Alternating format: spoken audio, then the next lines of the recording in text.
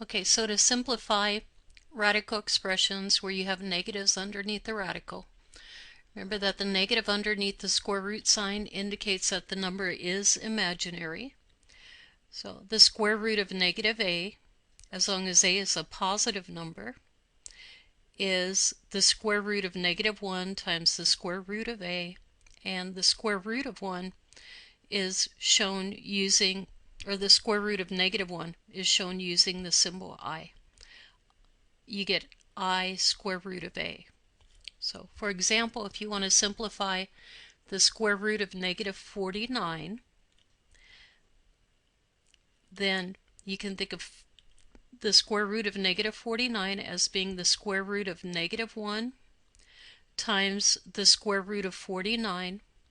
That negative underneath the radical tells you that you have an imaginary number, and the square root of 49 is 7.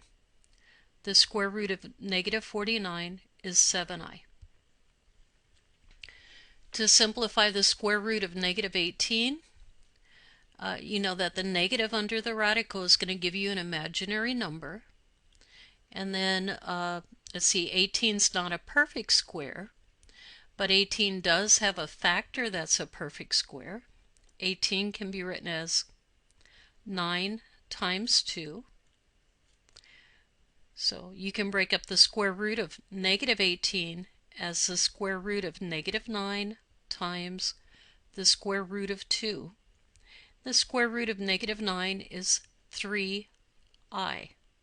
The square root of 2 just carries along.